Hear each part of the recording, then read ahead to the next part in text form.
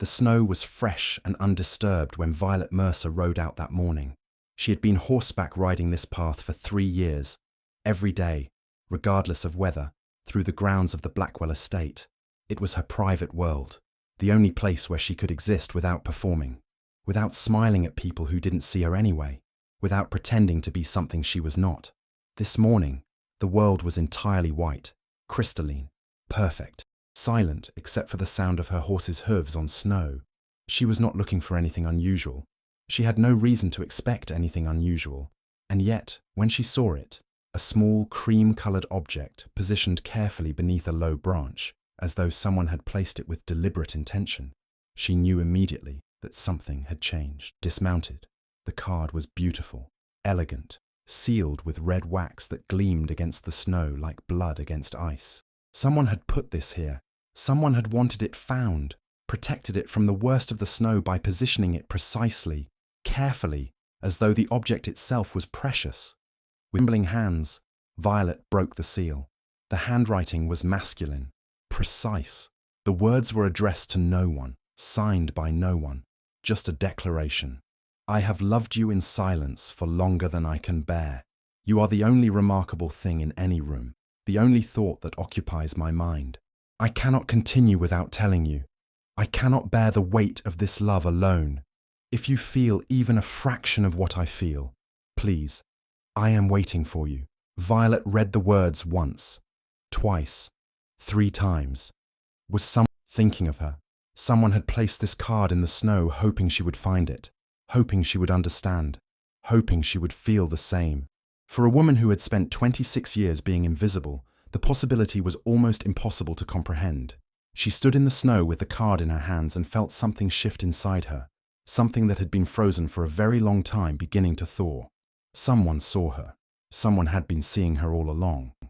This is a story about a Valentine hidden in the snow, about a woman who has learned to be invisible suddenly discovering that someone has been watching her, about the moment when possibility arrives, and with it, hope so fragile it might break if you breathe too hard. But this is also a story about the cruelty of fate, about what happens when a love letter arrives at the wrong address and changes everything anyway. Subscribe if you like to listen to my stories. If you have ever been invisible and longed to be seen, leave a comment. Tell me where you are listening from. Now, let us understand who left this card. This is the story of what happens when fate has a sense of irony. Adrian Blackwell had been in love with Arabella Whitmore for 7 years. It was not the kind of love that announced itself with passion or urgency. It was rather the kind of love that had crept into his life so gradually that he could not pinpoint the exact moment it had taken hold. One day, he had simply looked at her and understood, with absolute certainty, that she was the only woman he would ever truly want. Arabella was beautiful in the way that made people stop and stare. She had the kind of face that seemed to have been designed by someone who understood aesthetics at a fundamental level. Delicate features, luminous eyes, skin that suggested she had never experienced a difficult moment in her life. When she entered a room, people noticed. Conversations would pause. Men would straighten their jackets and attempt to position themselves near her. Adrian had been no exception to this rule. He had noticed her immediately when she had arrived in Yorkshire 3 years prior. Her family had taken a country estate near the Blackwell property, and society, being primarily concerned with the comings and goings of eligible women, had immediately begun to speculate about her prospects. Everyone had agreed that she was remarkable, and Adrian had believed it completely. He had begun by making excuses to encounter her. He had learned the schedule of her rides and had arranged to be on the same paths. He had invited her family to dinners and balls. He had positioned himself near her at every social gathering, attempting conversations that might reveal the intelligence and kindness he was certain existed behind her beautiful face. For the first year, he had believed that she enjoyed his company. She had smiled at him. She had accepted his attention. She had, on several occasions, danced with him at balls. And in those moments, Adrian had felt certain that his feelings were not entirely unreciprocated. By the 2nd year, he had begun to understand, dimly, that something was not quite right. Arabella smiled at him, yes, but she smiled the same way at other men. She accepted his attentions, but she also accepted the attentions of a dozen other gentlemen who harbored similar designs. She danced with him, but only when no one more interesting was available. And yet, he had convinced himself that this was simply part of her nature. She was used to attention. She was accustomed to being sought after. Once he had proven his devotion, once she understood that his affection was genuine and not merely performative, she would see him. She would understand that he was different from the others. By the third year, his friends had begun to express concern. "You are making a fool of yourself," Thomas Ashford had said one evening, as they sat in Adrian's study with brandy between them. Thomas was Adrian's oldest friend, and had never been one to employ tact when directness was more useful. "Arabella Whitmore does not care for you. She cares for the attention you provide. There is a difference." "You are wrong," Adrian had replied. But even as he said it, he had felt a tremor of doubt. "You do not understand her as I do." "I understand her perfectly," Thomas had said bluntly. "I understand that she is beautiful, and that beauty has made her believe she is entitled to everything without effort. I understand that she is cruel in the way that beautiful people often are, thoughtlessly so, because she has never had to consider the feelings of others. And I understand that you are destroying yourself on the altar of a woman who would not hesitate to replace you with someone more interesting, if the opportunity presented itself." Adrian had wanted to argue further, but he had learned, over the years, not to defend Arabella when challenged. The defense itself felt weak, as though he were trying to convince himself more than his friend. But he had not stopped pursuing her. Instead, he had redoubled his efforts. He had given her gifts, tasteful, expensive things that she accepted without gratitude. He had written her letters, carefully composed expressions of his admiration that she had never acknowledged. He had attended every function where she was present and had positioned himself as her constant, reliable companion. And she had allowed it, not because she cared for him, but because she had learned that his devotion was convenient. He was always available. He never made demands. He accepted her dismissals with grace and appeared again, undeterred, at the next social gathering. By the 7th year, Adrian had begun to understand, with a clarity that was almost unbearable, what he had allowed to happen to himself. He had become a fixture in her life, not a suitor with genuine prospects, but a kind of ornament, a man whose obvious affection for her reflected well on her own desirability, and she would never love him. She would never even truly see him. This understanding had arrived on a winter morning, as Adrian sat in his study and looked out at the snowy grounds. He had been thinking about Arabella, as he always was, when he had suddenly seen his situation with the kind of clarity that only comes when one has run out of excuses. He loved a woman who did not exist. The Arabella he loved, the intelligent, kind, remarkable woman he had built in his mind, had no basis in reality. The real Arabella was beautiful, yes, but she was also shallow, mean-spirited, incapable of genuine affection. She used people. She discarded them when they ceased to be useful, and she had been using him for 7 years. The realization had been devastating and somehow also liberating. Adrian had spent the next week in a kind of fog, moving through his days in the mechanical way of someone who is processing a fundamental shift in understanding. He had attended a ball on Friday evening, where Arabella had, as always, engaged him in conversation, before turning her attention to a visiting baron with considerable fortune. He had watched her do this, had watched her smile at the baron in precisely the way she had once smiled at him, and had felt something settle in his chest. This was the last time. He could not continue this way. He could not continue being a man who loved a phantom, who sacrificed his own dignity and possibilities on the altar of a woman who did not deserve his devotion. But before he released himself from this obsession, before he allowed himself to move forward and find someone real, someone worthy, someone who might actually return his affection, he needed to do one thing. He needed to tell her, not to declare his feelings face to face. That would be humiliating, and she would likely use the confession as an opportunity for mockery or manipulation. But he needed to put his feelings into words. He needed to acknowledge, to her and to himself, what he had felt and why it had been real, even if based on an illusion. It was February. He would write a Valentine. He would express his love one final time, not to convince her to return it, but to honor the 7 years he had devoted to her memory. He would place it somewhere he knew she would find it, and then he would release himself from this obsession and move forward with his life. Adrian had spent the next 2 days composing the message. He had wanted it to be true, true to his feelings, even if those feelings had been built on a foundation of illusion. He had wanted it to be beautiful, and most importantly, he had wanted it to be final. I have loved you in silence for longer than I can bear. You are the only remarkable thing in any room, the only thought that occupies my mind. I cannot continue without telling you. I cannot bear the weight of this love alone. If you feel even a fraction of what I feel, please. I am waiting for you. He had written it out on the finest paper he possessed. He had sealed it with wax. And then, on a cold February morning, he had ridden out to the path where Arabella took her daily rides, or where, he had assumed, she took her daily rides. In reality, Arabella rarely rose before noon and preferred the comfort of her carriage to the exertion of riding. He had positioned the card carefully beneath a low branch, protected from the worst of the snow, positioned where it would be discovered. He had imagined her finding it.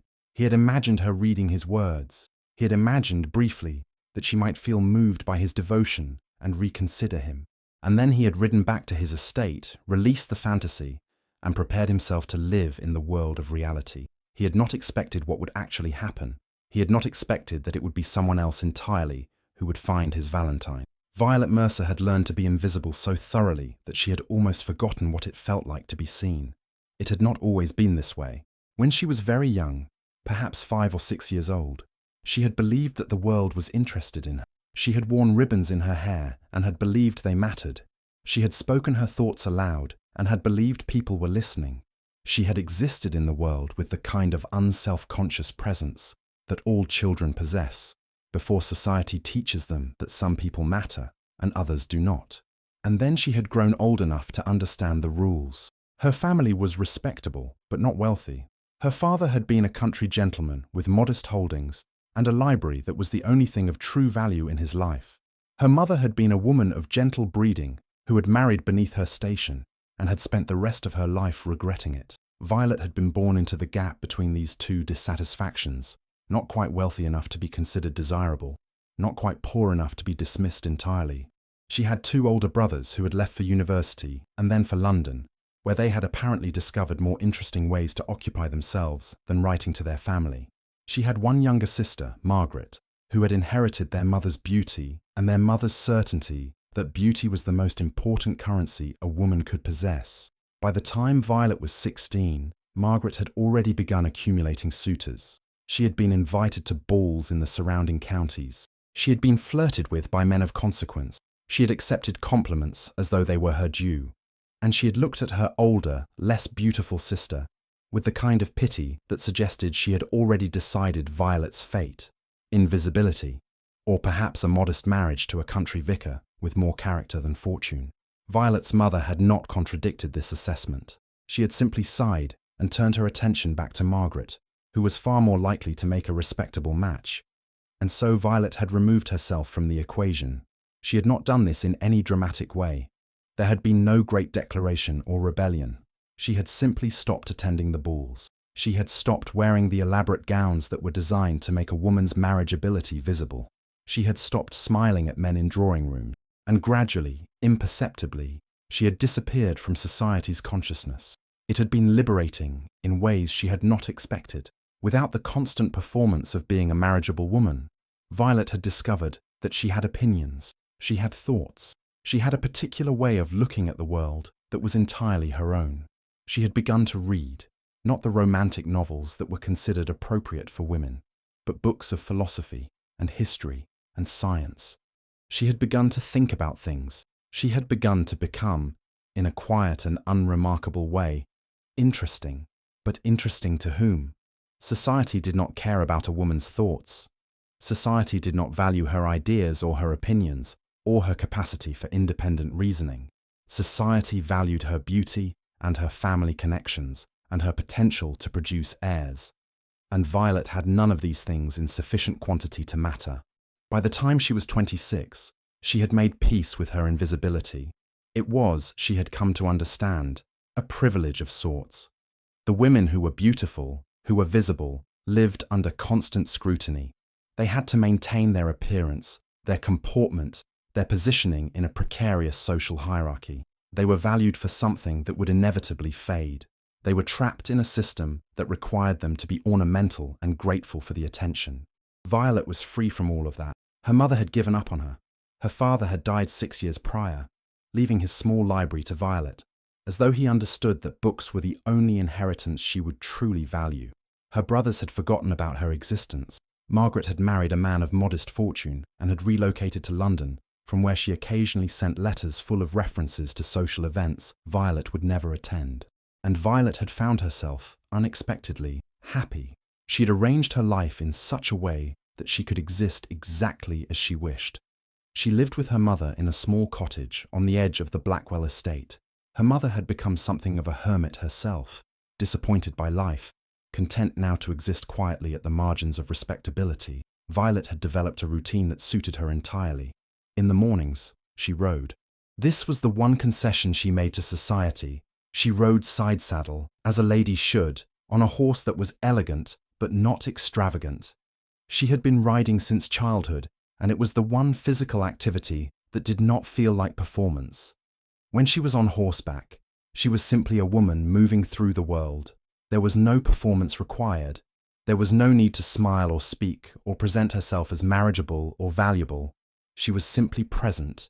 The Blackwell estate had granted her family permission to use the riding paths years ago, when her father had been alive, and they had been on better terms with the neighborhood. The paths had become her private world. She rode them every morning, regardless of weather, and she had never encountered another person on them. It was as though the paths were hers alone, a world that existed separate from society's expectations and judgments.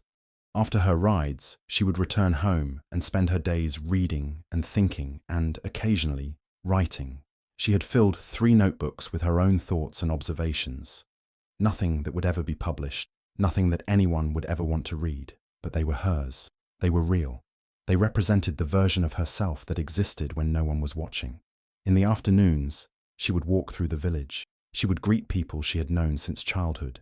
They would nod to her politely, and she would nod in return. There was no pretense in these interactions. They understood what she was, an unmarried woman of modest means and no particular attractiveness. They had no reason to engage with her, and she had no reason to expect that they would. It was a quiet life. Some women might have found it lonely, but Violet had discovered that loneliness and solitude were not the same thing. She was alone, yes, but she was not lonely. In her aloneness, she had found something that many of the beautiful, visible women of society would never find. She had found herself. She had discovered who she was when no one was watching. She had learned to value her own thoughts and opinions. She had become, in the quiet of her invisible life, exactly the person she wanted to be. This was why she rode every morning, even in winter, even when the snow was fresh and the paths were difficult.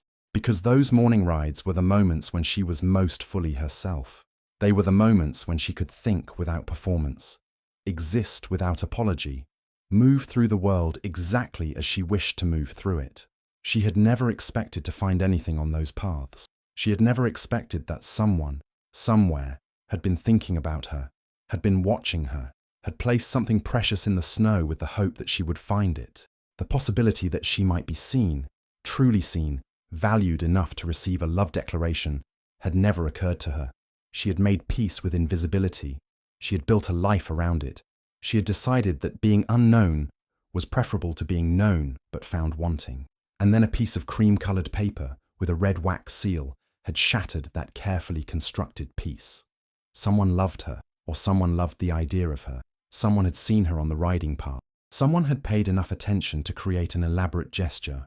Someone had, for reasons she did not understand, decided that she was remarkable. Violet had not yet discovered that the Valentine had not been meant for her. She did not yet understand that she had found a love letter written for someone else entirely. She did not yet know that the man who had placed it there was pining for a woman who existed only in his imagination. She only knew that for the first time in her life, she had been seen. And the possibility of that, the fragile, dangerous possibility, was enough to change everything. For 3 days after finding the Valentine, Violet had lived in a state of suspended hope.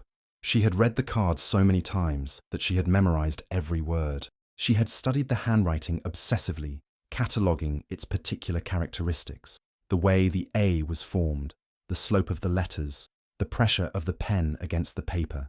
It was the handwriting of an educated man, a man accustomed to writing, a man who felt things deeply enough to put them into words. She had tried to stop herself from hoping. She had told herself that the card had likely been placed there years ago, that the man who wrote it had probably moved on, that she was constructing an elaborate fantasy based on a few lines of poetry. And yet, despite all her rational arguments against hope, she had felt it flowering inside her, a dangerous, fragile thing that she had sworn never to allow herself to feel again. On the morning of the third day, a letter had arrived. It was an invitation to a winter gathering at the home of Lord and Lady Ashford, a tea and small social gathering, nothing elaborate, nothing that would require extensive preparation. It was the sort of gathering that Violet normally avoided. She had no reason to attend, and attending would require her to present herself in society in a way she had not done in years.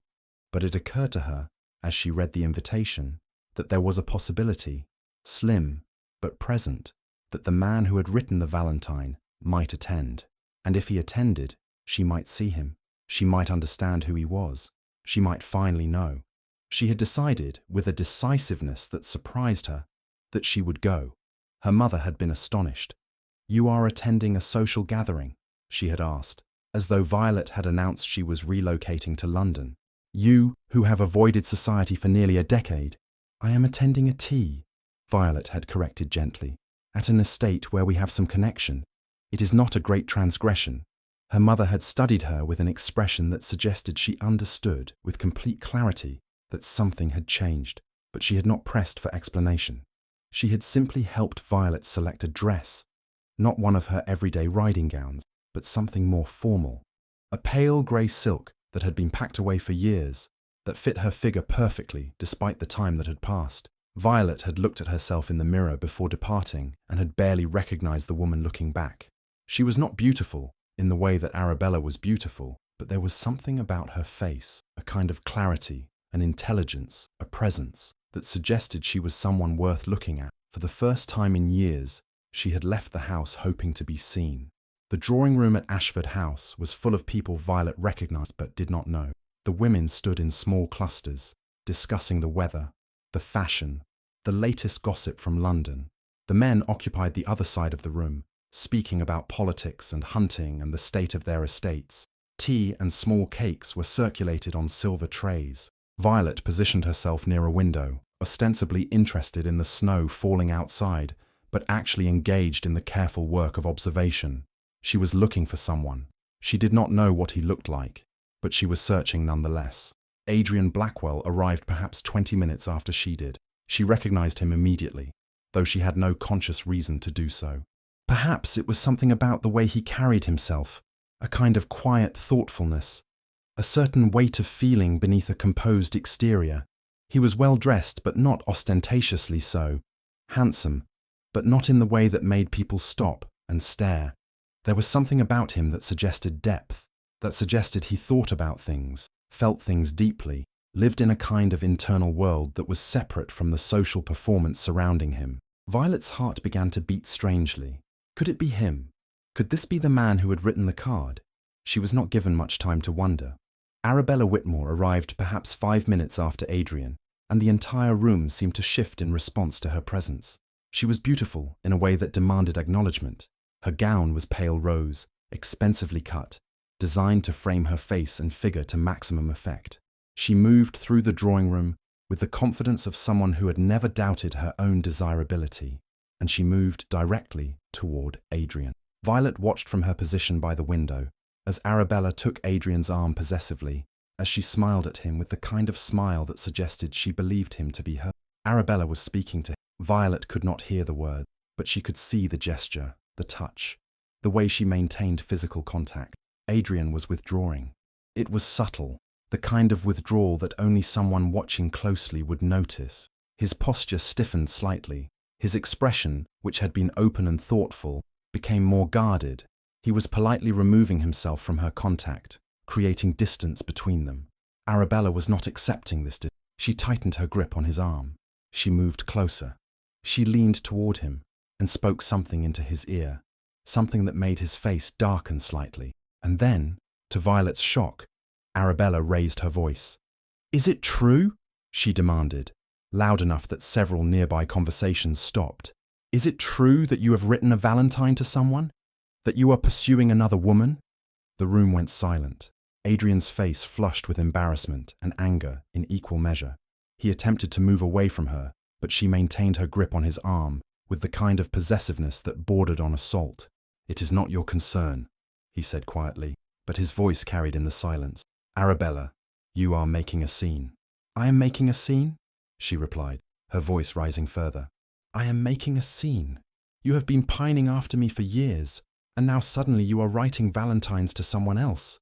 To whom? Some country girl, some woman beneath your station."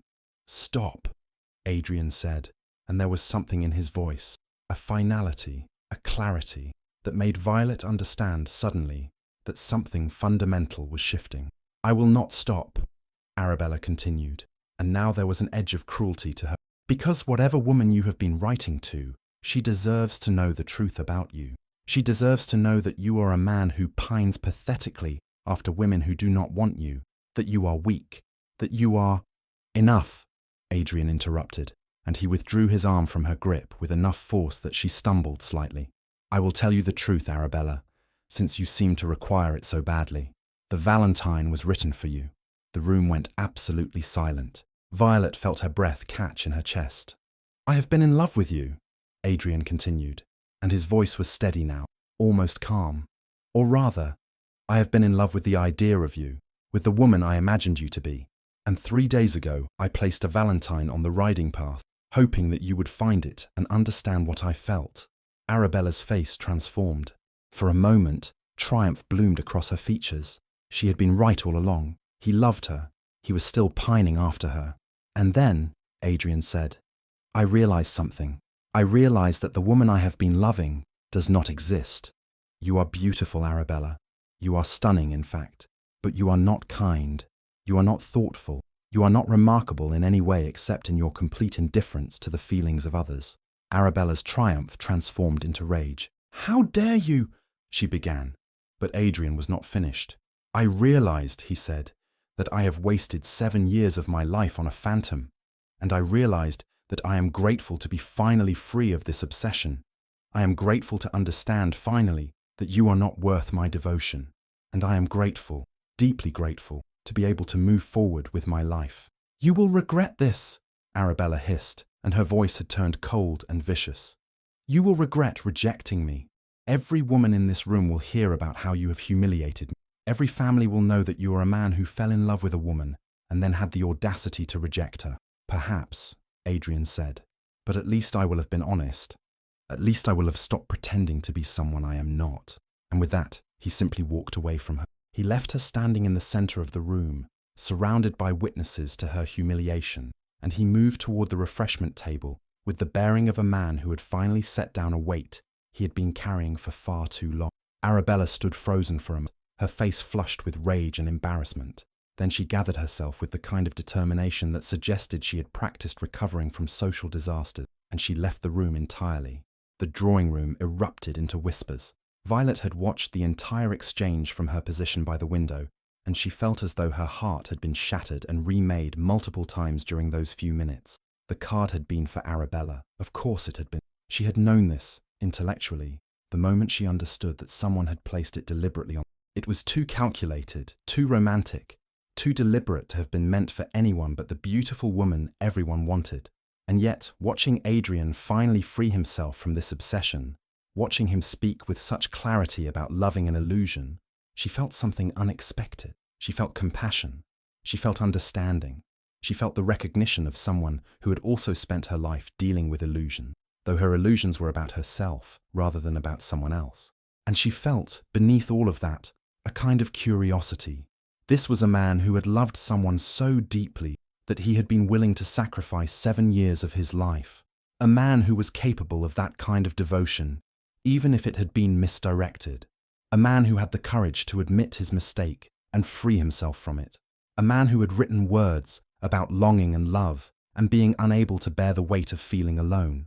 A man who was now, apparently, no longer in love with Arabella Whitmore. Adrian had collected a cup of tea and a small cake, and he had retreated to a relatively quiet corner of the room. He was not looking at Violet. He gave no indication that he was aware of her existence. And yet, as she watched him, she felt something shift. She was no longer invisible to herself, and somewhere, somehow, she had begun to hope that she might become visible to someone else.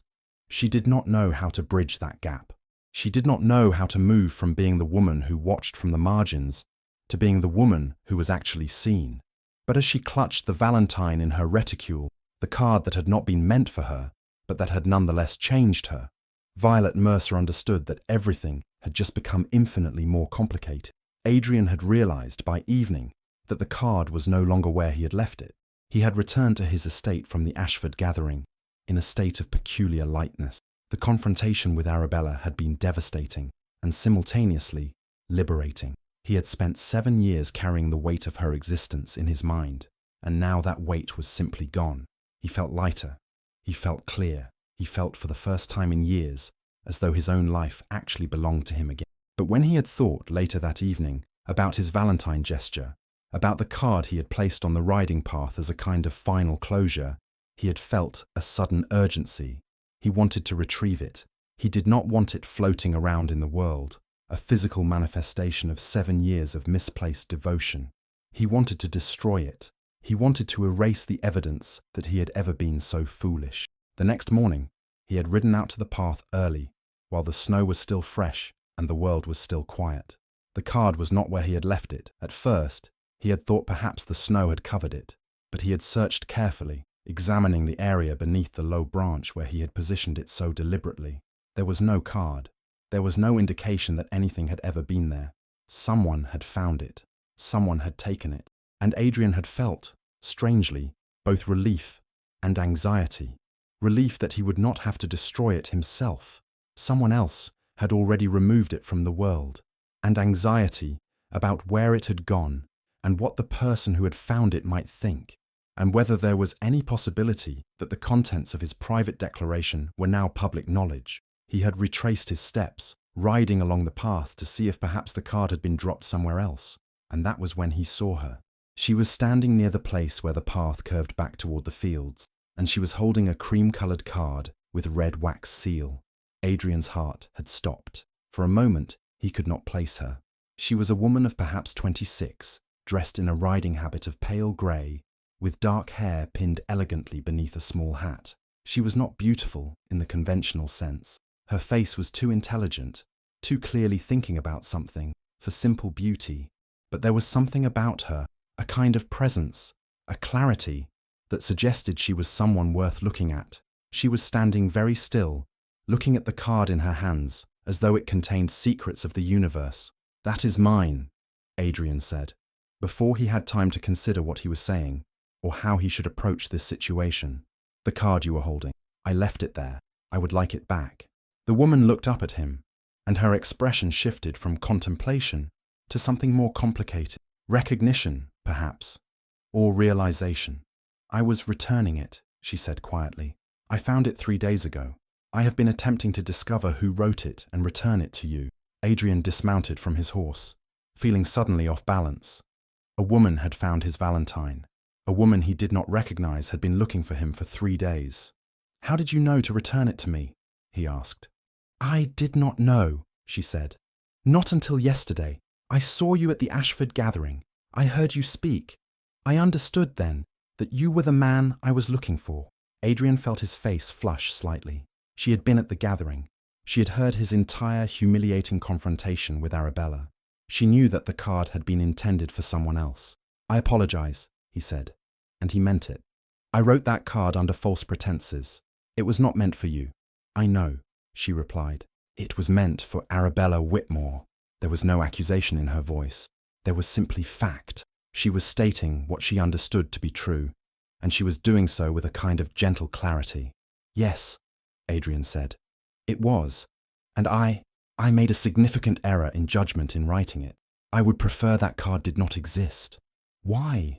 she asked, and the question was so direct, so genuinely curious, that Adrian found himself actually considering it. Because, he said slowly, it represents 7 years of my life devoted to a woman who does not deserve that devotion. It represents my own blindness and foolishness. I wrote it as a kind of closure, but now I find I simply want to erase it. The woman was silent for a moment. Then she said, "If you want to erase it, you should take it from me and destroy it. That is certainly your right.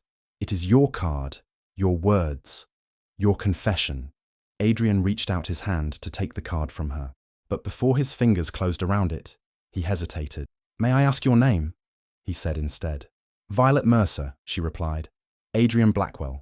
They stood for a moment, holding the card between them, and Adrian felt something shift in his awareness.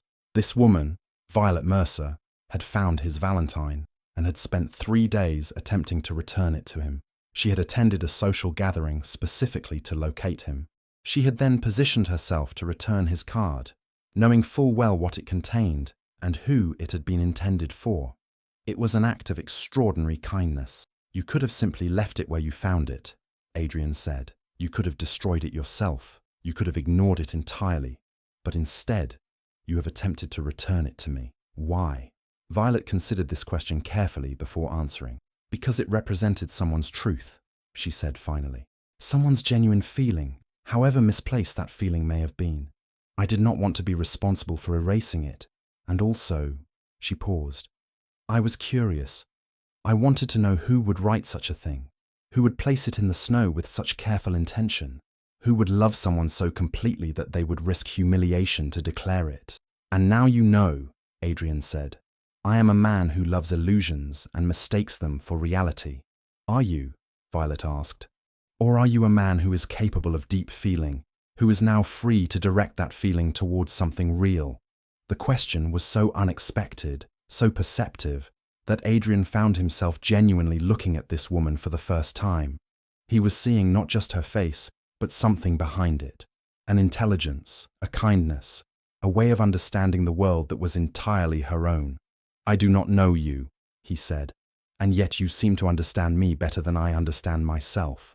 "I understand what it is like to love something that is not real," Violet said, "though in my case, it was myself I was attempting to erase, rather than loving someone else.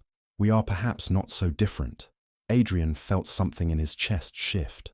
There was a recognition happening, not of physical attraction, though Violet was certainly striking, but a recognition of understanding, a recognition that this woman saw things as they actually were rather than as she hoped them to be. "I would like to know you better," Adrian said, "not because you were kind enough to return my card, though I am grateful, but because you are someone worth knowing." Violet smiled, and it was a smile that transformed her face. "That is perhaps the first truly honest thing I have heard a man say about me," she replied. "Most men do not notice me enough to know whether I am worth knowing. But you are at least willing to look." "I have only just begun looking," Adrian said, "and I find that I am quite interested in what I see." They stood in the snow, holding the card between them, and for the first time since Adrian had placed it on the riding path, it felt as though the card had found its true purpose, not as a declaration of love for someone who did not deserve it, but as the catalyst that had brought 2 people together, 2 people who had both been invisible in their own ways, and who were now beginning to see each other. "What will you do with the card?" Violet asked. Adrian looked at the piece of paper in his hands, the elegant handwriting, the words he had agonized over, the red wax seal. "I will keep it," he said finally, "as a reminder that sometimes we must love and lose and understand that loss is not failure. Sometimes we must believe in illusions before we can see reality. And sometimes, if we are very fortunate, we meet someone who helps us understand the difference." He looked at Violet as he said this, and he watched her understand that he was no longer speaking about the card. "That is a generous interpretation," she said softly. "But yes, I believe I understand what you mean." "Violet," Adrian said, and her name felt important in his mouth. "I know this is irregular, and I know that I wrote a love letter that was meant for another woman only days ago, but I would like to know you. I would like to spend time in your company. I would like to discover whether the interest I feel in talking with you might grow into something more genuine than 7 years of misplaced devotion." "That is also irregular," Violet replied. but I find that I'm curious to discover whether the man I have been watching from the margins might be someone worth stepping out of the margins for." Adrian smiled, and it was a genuine smile, the first truly honest smile he had felt in years. "Then allow me to escort you home," he said, "and we can begin this discovery together." They walked their horses back along the snowy path, and they talked. Adrian learned that Violet read philosophy and history, that she had opinions about the nature of society and the arbitrary rules that governed it, that she was witty without being cruel, intelligent without being condescending, kind without being sentimental.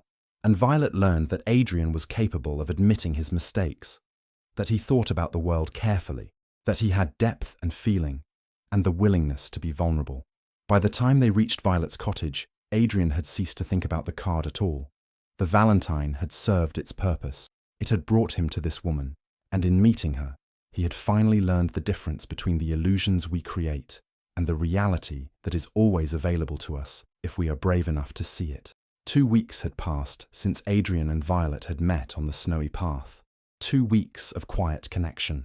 2 weeks of conversations that ranged from philosophy to books, to the nature of society, to the particular way snow sounded when it fell. 2 weeks of Adrian introducing Violet to his library, watching her run her fingers across leather-bound spines, listening to her discuss Schopenhauer with an intelligence that suggested she had not merely read him, but had genuinely thought about his ideas. 2 weeks of Violet beginning to believe that this might actually be real. And then Arabella had arrived at Adrian's estate unannounced. Adrian had not known she was coming, had not invited her, had not, in fact, thought about her at all in the past 2 weeks. But when the butler had announced her, he had understood immediately that Arabella had discovered his involvement with Violet and had decided to handle it in the way that beautiful, selfish women often handle competition, through manipulation. She had appeared in his study dressed in pale lavender, her face carefully arranged to suggest both vulnerability and determination. She had dismissed the butler and had then proceeded to spend the next hour attempting to convince Adrian that he was making a terrible mistake. "This woman," Arabella had said, her voice carrying all the weight of false concern, "is not suitable for you. I understand that you are attempting to prove something to yourself by pursuing her, but Adrian, this is beneath you. She is beneath you. Violet is my equal in every way that matters," Adrian had replied calmly. "Violet is a woman from a modest family with no social standing," Arabella had continued, as though he had not spoken. "She spends her days hiding away, reading books, refusing to participate in society. What kind of wife will she make? What kind of position will she give you?" "I have not asked her to marry me," Adrian had said. "But you will," Arabella had said, and her voice had shifted, no longer pleading, but increasingly possessive. "And when you do, you will regret it. You will look at her and remember what you could have had. You could have had me, Adrian. You could have had beauty and status and everything society values. Instead, you are choosing invisibility." Adrian had stood then, and his voice had been very quiet. "Arabella, I think you should leave." "I will not leave," she had replied, and she had crossed the room and placed her hand on his chest. "I will not leave because I know you.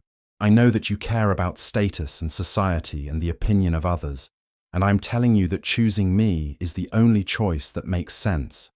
Adrian had taken her hand and removed it from his chest. "You are wrong," he had said. "I do not care about status. I do not care about society's opinion. And I have learned through knowing Violet that I care very little about beauty if it is not accompanied by character. What I care about is honesty. What I care about is intelligence. What I care about is the kind of person who spends her time reading and thinking instead of manipulating others for attention." "You are a fool," Arabella had hissed, and her face had transformed into something sharp and ugly. "And when this infatuation fades, you will understand that I was the only woman worthy of you, and I will no longer want you. Then we will both be better served," Adrian had said, and he had walked her to the door himself and had closed it behind her. That had been 3 days ago. But the confrontation with Arabella had shaken something in Violet. She had not been present for it, but Adrian had told her what had transpired, and in the telling, something had shifted in her awareness. He had rejected Arabella for her. He had chosen her, and in that choice, she had felt something dangerous beginning to bloom. Hope. But hope was terrifying. On this particular evening, Violet and Adrian were sitting in his library. A fire burned in the hearth. Rain fell outside the windows, washing away the last of the snow. And Violet, finally, allowed herself to voice the fear that had been growing since the moment she had found his Valentine. "I need to tell you something," she said quietly. Adrian looked up from the book he had been reading. "I have been thinking about Arabella," Violet continued, "and about what she said to you. And I have realized that I am terrified." "Terrified of what?" Adrian asked, and he set down his book and gave her his full attention. "Terrified that you are in love with the idea of me," Violet said, and the words came out in a rush. "You were obsessed with someone for 7 years. 7 years, Adrian. And then you met me, and you decided that I was remarkable. But what if you are simply replacing one illusion with another?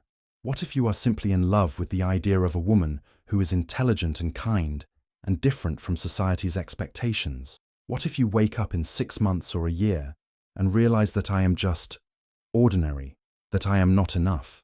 She paused, and her voice became very small. "I have spent my entire life being invisible, because I believed that I was not enough, and I have finally begun to believe that I might be something. And now I am terrified that I was right all along, that the moment you truly know me, the moment the novelty wears off, you will see what everyone else has always seen. Nothing." Adrian was silent for a long moment. Then he rose from his chair and crossed to where Violet was sitting. He took her hand and held it firmly. "Listen to me very carefully," he said. "I will tell you the specific things I have observed about you. I will tell you the exact reasons I know you are not an illusion." He sat beside her and held her gaze. "You laugh," he said, "when you are genuinely amused. Not a polite laugh, but a real laugh that comes from your belly. You did this 3 days ago when we were discussing Schopenhauer's ideas about pessimism. You laughed, and in that laugh was more authenticity than I have heard in all my years in society," he continued. "You think about things. You do not simply accept ideas because they are conventional. When I mentioned that society values beauty in women, you did not defend yourself or attempt to prove yourself beautiful. You simply said, 'Then I am fortunate to have removed myself from society's calculation. That is wit. That is intelligence.'" He squeezed her hand. "You are kind in ways that matter. Not performatively kind, but genuinely kind. When the maid's sister was ill, you asked about her without being prompted. You brought soup to the cottage. You did not tell anyone about it. You did not expect gratitude. You simply did it because you saw a need and understood that you could help." His voice grew more intense. "You move through the world with a kind of grace that comes from not needing to perform. You do not adjust your posture depending on who is watching. You do not calculate how to position yourself to maximum effect. You simply exist, fully and authentically, in every moment." He lifted her hand and kissed the back of it. "I am not in love with an idea of you, Violet. I am in love with specific things about you, specific observations, specific moments. The way you bit your lip when you were thinking about a difficult philosophical concept. The way you said, 'I do not know about something,' without shame or defensiveness. The way you trust me with your thoughts." Violet felt tears beginning to form in her eyes. "But you were obsessed with someone for 7 years, she whispered. "Yes," Adrian acknowledged. "I was. But that obsession was based on illusion. It was based on assuming I knew things about her that I had never actually observed. I knew that she was beautiful. Beyond that, I knew nothing. I simply invented the rest." He moved closer to her. "With you, it is different. Every day I know you better. I like you more, not less. More. Because every new thing I learn about you is real. Every thought you share, every observation you make, every moment of vulnerability or strength, all of it is real. And I find that reality far more beautiful than any illusion I could create." But even as Adrian's words soothed her fear about his intentions, another test was coming. Adrian's family had become aware of his involvement with Violet. His mother, who had spent years envisioning Adrian marrying a woman of considerable status, had written a letter expressing her concern. His cousin, who had connections in society, had begun subtly spreading questions. Who was this woman? Where was she from? What were her family connections? By the end of the week, the pressure had become more direct. Adrian's mother had decided to visit. She arrived with the bearing of a woman accustomed to having her expectations met. She was elegant, composed, and entirely dismissive of Violet from the moment of their introduction. I understand you are the daughter of a country gentleman, she had said to Violet, in a tone that made the description sound like a social disease. Yes, Violet had replied calmly. My father was a scholar primarily. His estate was modest, and his interests were focused on his library rather than on expanding his holdings. How unfortunate, Adrian's mother had responded. And your family connections are limited, I assume. Entirely limited, Violet had said, with a kind of dry honesty that Adrian found himself adoring even in the moment. I have 2 brothers who rarely correspond, and a sister in London who would prefer to forget I am what society would call a liability. Adrian's mother had looked at him sharply. Adrian, might we speak privately? They had retired to another room, and Adrian had heard, through the door, his mother's voice rising as she explained that he could not possibly be serious about this woman, that his family had expectations, that a marriage to someone so far beneath his station would damage his prospects and his reputation. And Adrian had said, very calmly and very firmly, that he did not care about his family's expectations, that his reputation was his own to determine. That Violet was the woman he wanted to know better, and if that displeased them, they would have to adjust their feelings accordingly. You are infatuated, his mother had said coldly, and when this fades, you will regret this choice. Perhaps, Adrian had replied, but that is my choice to make. His mother had left that evening, her departure marked by a kind of cold formality that suggested she had washed her hands of the matter. But the pressure had not ended with his mother's departure. It had instead multiplied. Social invitations began to be withdrawn. People who had previously been cordial began to distance themselves. Whispers circulated about Adrian's questionable romantic choice and what it might suggest about his judgment. And through it all, Violet watched. And through it all, she understood what Adrian was losing by choosing her. She had said to him one evening, "You do not have to do this. You could end things now, smooth things over with your family, repair your social standing. I would understand." And Adrian had looked at her with an expression of such clarity that she had felt her doubts begin to crumble. "Violet," he had said, "I spent 7 years chasing an illusion. Do you really think I would abandon something real in order to preserve an illusion of social standing?" But it was Violet's own transformation that sealed the matter. There was to be a winter ball, a significant social gathering where the gentry of the surrounding counties would attend. Adrian had asked Violet to accompany him. "No," she had said immediately. "I cannot." "Why not?" Adrian had asked. "Because I cannot face that," Violet had said. "All those people, all that judgment, all those eyes, all those people who do not matter," Adrian had interrupted. "Violet, you have spent your entire life hiding because you believed that society's judgment was important. But it is not. It is not important, and I refuse to allow you to remain invisible out of fear." Violet had been quiet for a long moment. Then she had said, very softly, "I am not hiding out of fear of their judgment. I am hiding because I have never believed I was worthy of being seen." "But you are," Adrian had said, "and I think it is time you believed it too." And so, on the night of the winter ball, Violet Mercer had done something she had not done in a decade. She had dressed for society. She had worn a gown of pale blue silk, not because it was fashionable, but because it made her feel like herself. She had arranged her hair not to conform to society's expectations, but simply in a way that pleased her. She had applied cosmetics subtly, just enough to enhance her features rather than transform them. And then she had walked into the ballroom on Adrian's arm. Heads had turned, but not because she was beautiful, in the conventional sense.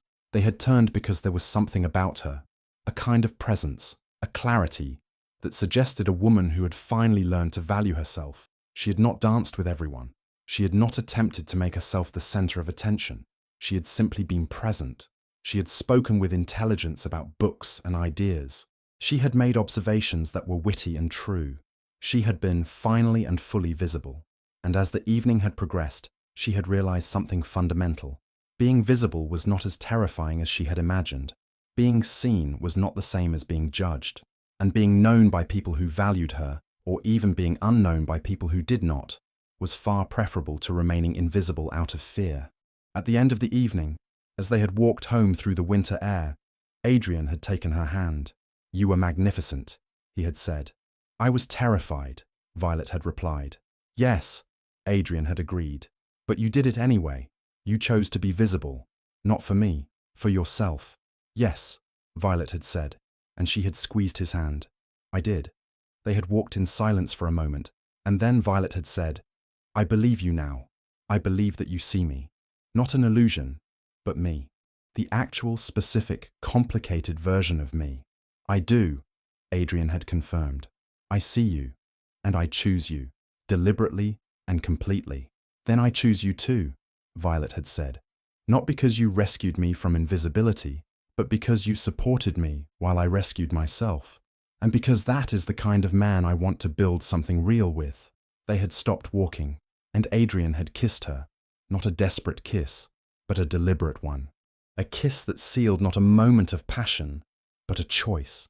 A real, grounded, genuine choice to build something together. Spring had come to Yorkshire when Adrian finally asked Violet to marry him. It was not elaborate. There were no grand gestures, no public declarations, no attempts to manufacture a moment that would be memorable to society. Instead, it happened quietly, in the library, surrounded by the books they both loved. They had been discussing a philosophy text. Violet had made an observation about love that he found both true and beautiful, when Adrian had simply said, I want to spend my entire life having conversations with you. Will you marry me? Violet had looked up from her and had smiled the kind of smile that only comes when one has finally, completely believed in being loved. Yes, she had said, I will. No drama, no tears, no performance. Simply a mutual acknowledgement of a choice they had both already made, many times over, in 1,000 small moments. The wedding had been small. Adrian's mother had not attended, though she had sent a gift, a piece of silver that suggested obligation rather than blessing. But Violet's mother had come, and she had wept, not out of regret, but out of relief. Her older daughter, who had seemed destined for invisible spinsterhood, had found someone who saw her, had found a way to be visible on her own terms. Adrian's closest friends had attended.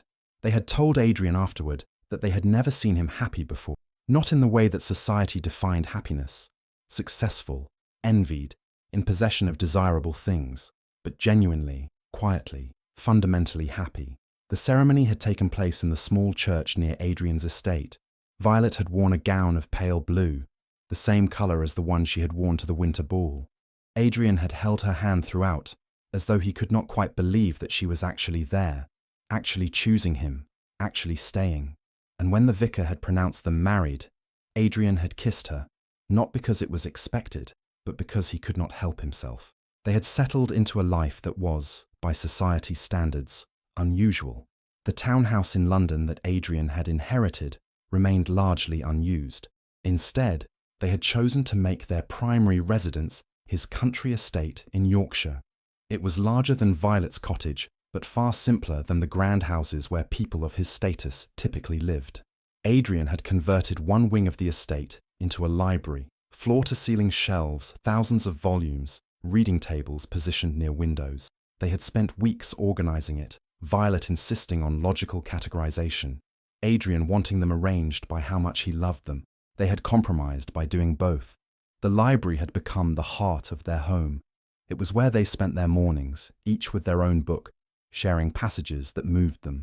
It was where they had their conversations about philosophy, about literature, about the nature of society, and the arbitrary rules that governed it.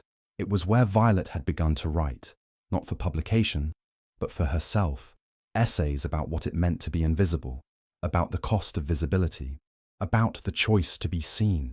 Adrian had suggested, gently, that she publish them. Someone should read these, he had said. Perhaps, Violet had replied, but I did not write them for readers. I wrote them for myself, and that is enough. This was the fundamental difference between them and the world that had tried so hard to keep them apart. They did not need external validation. They did not need society's approval. They needed only each other and the genuine connection they had built. It was on a spring morning, nearly a year after they had met, that Adrian had brought the Valentine card down from where he had kept it. He had preserved it carefully, the cream-coloured paper still pristine, the red wax seal still intact, the handwriting still unmistakably his own. I want to read this again, he had said to Violet. I want to understand who I was when I wrote it. They had sat together in the library, and Adrian had opened the card. I have loved you in silence for longer than I can bear. You are the only remarkable thing in any room. the only thought that occupies my mind. I cannot continue without telling you. I cannot bear the weight of this love alone. If you feel even a fraction of what I feel, please. I am waiting for you." When he finished reading, Adrian had looked at Violet. "It is beautiful," she had said quietly, "but it is the words of a man in love with an illusion." "Yes," Adrian had agreed, "but it is also the words of a man capable of deep feeling. A man who understood, somewhere in his blindness, that love matters, that devotion matters, that being unable to bear the weight of feeling alone matters." He had paused. "And I think," he had continued, "that I needed to write those words for the woman I was in love with, so that I could eventually learn to write different words for the woman I actually love." "And what would those words be?" Violet had asked. Adrian had taken her hand. "That you are remarkable, not because you are beautiful in the way society defines beauty, but because you are real, because you think, because you feel things deeply and honestly, because you have the courage to be visible, even though invisibility would be easier, because you chose me knowing full well what you were choosing, and you chose me anyway, because every day I know you better, I love you more. And I will spend the rest of my life grateful that a cream-colored card got placed in the snow and found its way into your hands." Violet had squeezed his hand. "I will spend the rest of my life grateful," she had replied, "that you were foolish enough to love an illusion so completely that you learned how to recognize reality when you found it. I will be grateful that you saw me when I had stopped believing I could be seen. And I will be grateful that we both had the courage to choose each other despite everyone who told us we were making a mistake."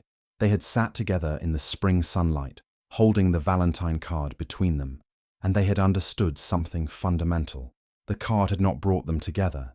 It had simply been the object that had allowed them to recognize each other. The real love, the love that endured, the love that grew stronger with every day of genuine knowledge and authentic connection, that was something they had built together, deliberately and completely. Years later, when people asked Adrian how he had met his wife, he would tell them the story about the Valentine hidden in the snow, about the wrong woman finding it, about how sometimes fate has a sense of irony, about how sometimes we must love and lose the illusion so that we can recognize and keep the reality. And Violet would smile because she had learned that being part of a story was not the same as being invisible. Being known by one person, truly, completely, specifically known, was far more valuable than being seen by 1,000 people who did not understand you. She had gone from being a woman no one noticed to being a woman who was genuinely, completely seen. And she had discovered that the transformation was not something that happened to her. It was something she had chosen, a choice that Adrian had supported, but that she had ultimately made for herself. And in that choice, in that agency, in that active decision to be visible and known and fully present in the world, she had found something better than invisibility and something deeper than love. She had found herself. Subscribe if you like to listen to my stories. If this story speaks to you, if you've ever been invisible and longed to be seen, or loved someone who didn't see you, or realized the person you loved was an illusion, leave a comment. Tell me where you are listening from. Tell me what you would do if a Valentine meant for someone else changed your life. Because sometimes the most beautiful love stories are the ones where we discover that being truly seen is worth stepping out of the shadows for.